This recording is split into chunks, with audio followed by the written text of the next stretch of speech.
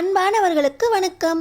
நம்ம சின்ன மருமகள் சீரியலில் நம்ம தமிழ்ச்செல்விக்கு பரிசா விழுந்த காரு சேது வாங்கி கொடுத்த கார் தான் அப்படிங்கிற விஷயம் ஈஸ்வரிக்கும் சித்ராவுக்கும் தெரிய வருது. இந்த ஈஸ்வரி சித்ராவோட ரியாக்ஷன் என்னவா இருக்கும் தெரிஞ்சுக்கிறதுக்கு முன்னாடி இந்த வீடியோக்கு ஒரு லைக் போட்டுக்கோங்க. ஸோ பார்த்தீங்கன்னா இந்த ஐஸ்வர்யா வீட்டில் இருக்கிறம்போது அழகர் மேலே ரொம்பவே பாசமாக இருக்க ஆரம்பிச்சிட்டாங்க. அழகரை குளிப்பாட்டுறது, பால் கொடுக்கறது, மருந்து கொடுக்கறது அப்படின்னு எல்லாத்துலேயுமே அக்கறையாக இருக்கிறத பார்த்து மலரே பாராட்டுற அளவுக்கு இருக்காங்க. நீ இந்த அளவுக்கு அடுத்தவங்க குழந்தைய பார்த்துக்குவா அப்படின்னு நான் நினச்சி கூட பார்க்கல. ஒரு வில்லி மாதிரி இருப்பேன்னு நினச்சேன் அப்படின்னு ரெண்டு பேரும் ஒன்றா சேர ஆரம்பிச்சிட்டாங்க. நம்ம தமிழும் மலரும் எப்படி பழக ஆரம்பித்தாங்களோ அதே போல் மலர் இப்போ ஐஸ்வர்யா கிட்டேயும் பாசம் காட்ட ஆரம்பிக்கிறாங்க. இன்னொரு பக்கம் இந்த ஈஸ்வரிக்கும் சித்ராவுக்கும் ஐஸ்வர்யா பண்ணுறது பிடிக்கவே இல்லை. இவ என்னடி அந்த தமிழ்ச்செல்வியோட குழந்தைக்கு ஆயா வேலை பார்த்துக்கிட்டு இருக்கா, சேது சாமியான்னா எல்லா உண்மையும் இவளே பயந்து பயந்து சொல்லிடுவா போல. இதில் இடையில வேற தூக்கத்தில் சேதுவே இவன் முன்னாடி கருப்பனா வந்து பயமுறுத்தினா அப்படின்னு நம்மள்கிட்டே சொல்லி பயமுறுத்திக்கிட்டு இருக்கா. இவ எப்போ வேணால் உண்மையை சொல்லுவா. இவளை நம்மளோட சேர்த்தது தப்பாக போச்சு அப்படின்னு இந்த ஈஸ்வரியும் சித்ராவும் ஐஸ்வர்யா மேலே கோபமாக இருக்காங்க. ஆனாலும் ஐஸ்வர்யா அழகருக்கு ஒரு ரெண்டாவது அம்மாவாகவே மாறிட்டு வர்றதை பார்த்து சேது கூட ஐஸ்வர்யா மேலே பாசமாக இருக்க ஆரம்பிக்கிறாரு. இந்த நிலைமையில தான் நீ தமிழுக்கு வாங்கி கொடுத்த காரு கரெக்டாக எங்களுக்கு வந்து சேர்ந்துச்சு, ஆனால் இந்த செல்லப்பாண்டிக்கு கார் கூட ஓட்ட தெரிலடா அப்படின்னு இந்த அப்பத்தா சேதுவுக்கு கால் பண்ண. நம்ம சேது பார்த்திங்கன்னா அப்போ என்ன பண்ணுவாங்க கார் ஓட்டுறதுக்கு அப்படின்னு கேட்கும்போது அப்பத்தா சொல்கிறாங்க, தமிழ்ச்செல்வியை கார் ஓட்ட கற்றுக்க போகிறாளாண்டா அப்படின்னு சொல்ல பக்கத்தில் இருந்த ஐஸ்வர்யா என்ன மாமா அப்படின்னு கேட்குறாங்க. அது ஒன்றும் இல்லை ஐஸு அப்படின்னு சேது நழுவ பார்த்தாலும் என்கிட்ட சொல்கிற அளவுக்கு என் மேல் நம்பிக்கை இன்னும் வரலையா மாமா அப்படின்னு இந்த ஐஸ்வர்யா கேட்குறாங்க. அதெல்லாம் ஒன்றும் இல்லை ஐஸு அப்படின்னு சொல்லி இந்த சேது பார்த்திங்கன்னா நம்ம தமிழ்ச்செல்விக்காக மீனாட்சிக்காக கார் வாங்கி கொடுத்த எல்லா விஷயத்தையும் ஒப்பிச்சிடுறாரு. இப்படி பரிசு மூலமாக தமிழுக்கு கார் போனால் தான் மீனாட்சியும் நம்ம தமிழும் பார்த்திங்கன்னா காலேஜுக்கு தினம் போயிட்டு வர்றதுக்கு கொஞ்சம் வசதியாக இருக்கும். எல்லாமே மீனாட்சிக்காக தான். மீனாட்சி தினம் இப்படி ட்ராவல் பண்ணுறது, பஸ்ஸுலேயும் ஆட்டோலையும் போயிட்டு வர்றது கஷ்டமாக இருக்கா அப்படின்னு சொல்லி தான் தமிழ்ச்செல்விக்கு இந்த மாதிரி பரிசில் கார் விழுற மாதிரி நான் ஒரு கார் வாங்கி கொடுத்தேன் அப்படின்னு எல்லாத்தையுமே இந்த ஐஸ்வர்யா கிட்ட ஒப்பிச்சிடுறாரு. இன்னொரு பக்கம் பார்த்தீங்கன்னா ஐஸ்வர்யா இதை யார்கிட்டையும் சொல்ல மாட்டேன் அப்படின்னு சேதுவுக்கு வாக்கும் கொடுக்குறாங்க. இன்னொரு பக்கம் பார்த்தீங்கன்னா நம்ம தமிழ்ச்செல்வி ஒரு டிரைவிங் கிளாஸ் மூலமாக கார் ஓட்ட கற்றுக்கிட்டு இருக்காங்க. இதை ஈஸ்வரியும் சித்ராவும் வெளியே போகும்போது இதனடி கார் ஓட்ட கற்றுக்கிட்டு இருக்கிறது தமிழ்ச்செல்வி மாதிரி இருக்குது அப்படின்னு பார்த்துடுறாங்க. இவளுக்கு எதுக்கு இந்த வேலை, ஒரு கார் எப்படி இவளுக்கு கிடச்சிச்சு, இவளுக்கு சும்மா காருக்கு பெட்ரோல் போடுறதுக்கே அவ்வளோ கஞ்சத்தனம் பிடிப்பாளுங்க, இவளுகளுக்கு ஒரு காரை கிடச்சிருக்கா அப்படின்னா இது நம்புற மாதிரி இல்லையே, லட்சக்கணக்கில் இவள்கள்ட்ட ஏது காசு திடீர்னு வந்துச்சு அப்படின்னு இந்த ஈஸ்வரியும் சித்ராவும் நம்ம தமிழை கிண்டல் அடிச்சுக்கிட்டு இருக்காங்க. வீட்டுக்கு போனாலும் அவங்களுக்கு அந்த வயிற்றெரிச்சல் போகவே இல்லை. ஒரு காருக்கே சொந்தக்காரி ஆயிட்டா இவர்களெல்லாம் சும்மாவே விடக்கூடாது, கொஞ்சம் வசதி இருந்தால் நம்மளையே இவ தலை மேலே ஏறி குதிப்பா அப்படின்னு இந்த ஈஸ்வரியும் சித்ராவும் நம்ம தமிழை பற்றி பேசிக்கிட்டு இருக்கும்போது ஐஸ்வர்யா பார்த்திங்கன்னா ஆண்டி அப்படின்னு சொல்லிட்டு வீட்டில் வராங்க. உள்ளே வந்தோடனே வா ஐஸு, இப்போ தான் உன்னை பற்றி தான் பேசிக்கிட்டு இருந்தோம், நீயும் சேதுவும் சந்தோஷமாக இருக்கீங்களா அப்படின்னு இந்த ஈஸ்வரி கேட்குறாங்க. ஆண்டி அவர் கொஞ்சம் கொஞ்சமாக என்னை ஏற்றுக்கிறதான் பார்க்குறாரு. நான் அழகர் மேலே எவ்வளோ பாசமாக இருக்கேனோ அந்த அளவுக்கு அவருக்கு என் மேலே பாசம் வருது ஆண்டி அப்படின்னு இந்த ஐஸு சொல்கிறாங்க. ஆமாம் ஆமாம், நீ அழகர் மீனாட்சி அப்படின்னு கொஞ்சம் கொஞ்சமாக நீ அந்த குழந்தைங்களுக்கு அம்மாவாகிக்கிட்டு இருக்க, நீ எப்போ அப்போ சேதுவோட குழந்தைக்கு அம்மாவாகிறது அப்படின்னு இந்த ஈஸ்வரி கேட்குறாங்க. அதெல்லாம் ஒன்றும் இல்லை ஆண்டி, கண்டிப்பாக சேது மாமா என்னோட வாழ்கிறதுக்கு முயற்சியும் பண்ணுறேன் அப்படின்னு அவரே சொல்லியிருக்காரு ஆண்டி அப்படின்னு இந்த ஐஸு சொல்கிறாங்க. நீ ரொம்ப மாறிட்ட ஐஸு அப்படின்னு இந்த ஈஸ்வரியும் சித்ராவும் சொல்ல, எனக்கு சேது மாமாவை ரொம்ப பிடிக்கும் ஆண்டி, சேது மாமாவுக்கு குழந்தைங்கன்னா பிடிக்கும், அதனால தான் குழந்தைங்க மேலே நானும் பாசமாக இருக்கிறதுனால சேது மாமா மனசில் நான் இடம் பிடிக்க ஆரம்பிச்சிட்டேன். நான் சேது மாமாவுக்கா என்ன வேணால் பண்ணுவேன், உங்களுக்கே தெரியும்ல, சின்ன வயசுலேருந்தே நான் சேது மாமாவை காதலித்தேன்.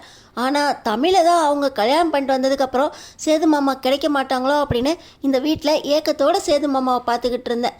சேது மாமாவை கல்யாணம் பண்ணி வச்சது நீங்கள் தானே ஆண்டி, சேது மாமாவுக்காக நம்ம எல்லாரும் சேர்ந்து என்னென்ன தப்பு பண்ணோம், ஆனால் ஒன்று ஆண்டி, இனிமேல் நான் எந்த தப்புமே பண்ண மாட்டேன். சேது மாமாவுக்கு அழகரு மீனாட்சினா கொல்ல பெரிய ஆண்டி.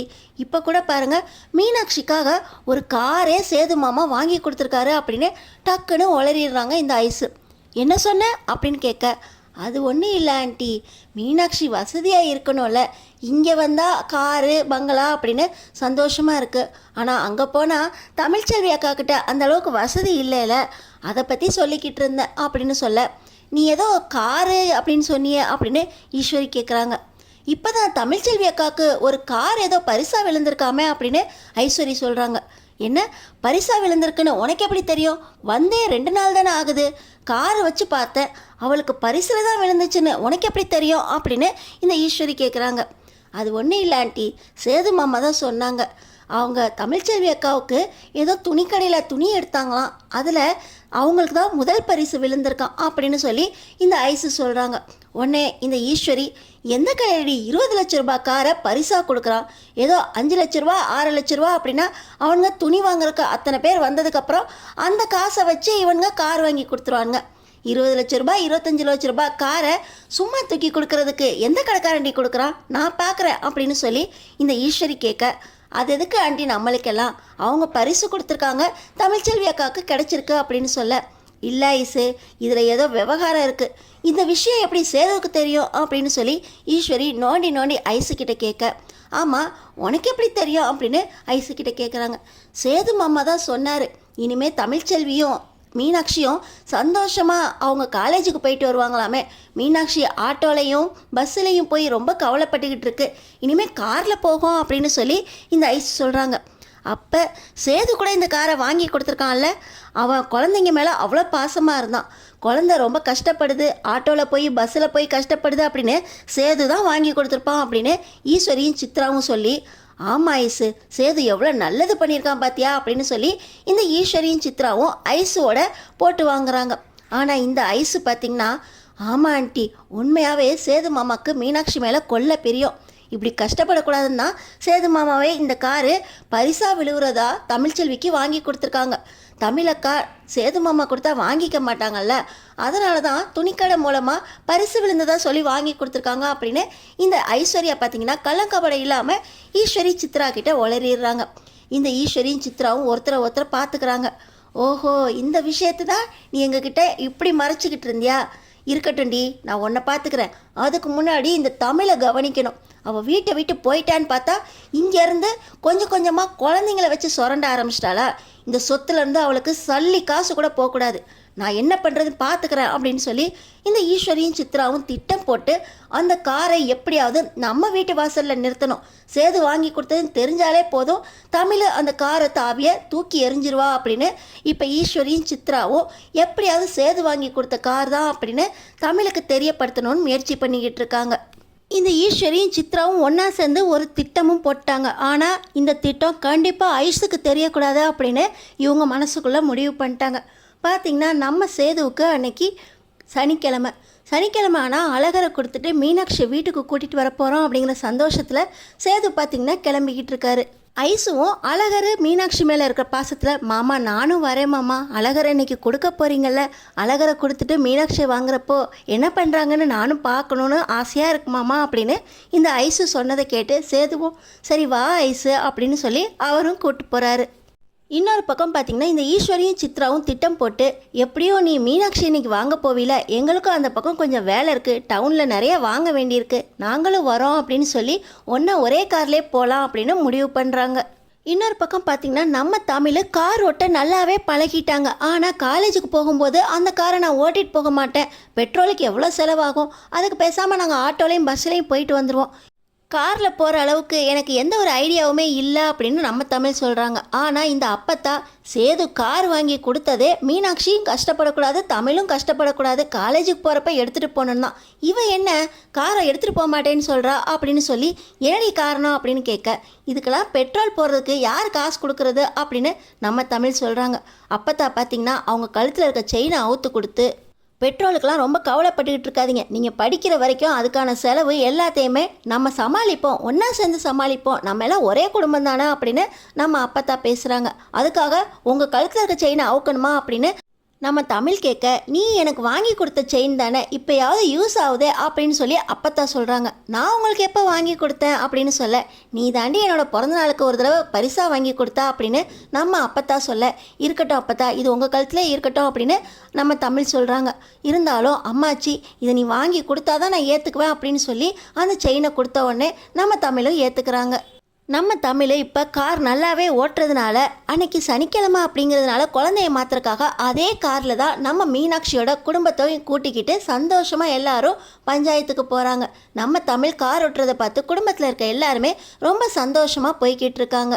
இன்னொரு பக்கம் இந்த ஈஸ்வரியும் சித்ராவும் திட்டம் போட்டு தான் இப்போ குழந்தைய மாத்திர இடத்துக்கு போகிறாங்க. அங்கே பார்த்தீங்கன்னா நம்ம தமிழ் கார் ஓட்டிகிட்டு வரதை பார்த்த உடனே, இந்த 25 லட்சம் ரூபாய் காரை வச்சுக்கிட்டு தாண்டி நீ கார் ஓட்டுறதுக்கெலாம் ட்ரைனிங் எடுக்கிறேன்னு இவ்வளவு பந்தா காட்டிக்கிட்டு இருக்க, இந்த காரை இனிமேல் நீ எப்படி ஓட்டுறன்னு பார்க்குறேன் அப்படின்னு சொல்லி இந்த ஈஸ்வரியும் சித்ராவும் அந்த இடத்துக்கு வந்த உடனே, என்ன தமிழ் காரெல்லாம் வாங்கிட்ட போல அப்படின்னு இந்த ஈஸ்வரி கேட்குறாங்க. ஆனால் நம்ம தமிழுக்கு ஈஸ்வரி மேலே கோபம் இருக்குது. அது எதுக்கு உங்களுக்கு கார், நாங்கள் வாங்கினா என்ன, உங்களுக்கு என்ன, உங்களுக்கு வேலை குழந்தைய வாங்குறதுக்கு வந்தீங்கல்ல, வாங்கிட்டு போங்க அப்படின்னு நம்ம தமிழ் சொல்கிறாங்க.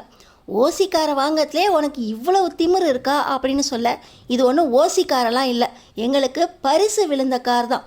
துணிக்கடையில் எங்களுக்கு அதிர்ஷ்டத்தால் பரிசாக விழுந்த கார் இதுதான், அதுக்காக நீங்கள் ஓசி கார்னு சொல்லிடுவீங்களா? இது எங்களுக்கான கார், இந்த காருக்கு டிரைவர்லாம் வைக்கல, நாங்களே ஓட்டிட்டு தான் இந்த காரை வந்தோம், எந்த வகையில் இது ஓசி காராச்சு அப்படின்னு நம்ம தமிழ் கேட்குறாங்க.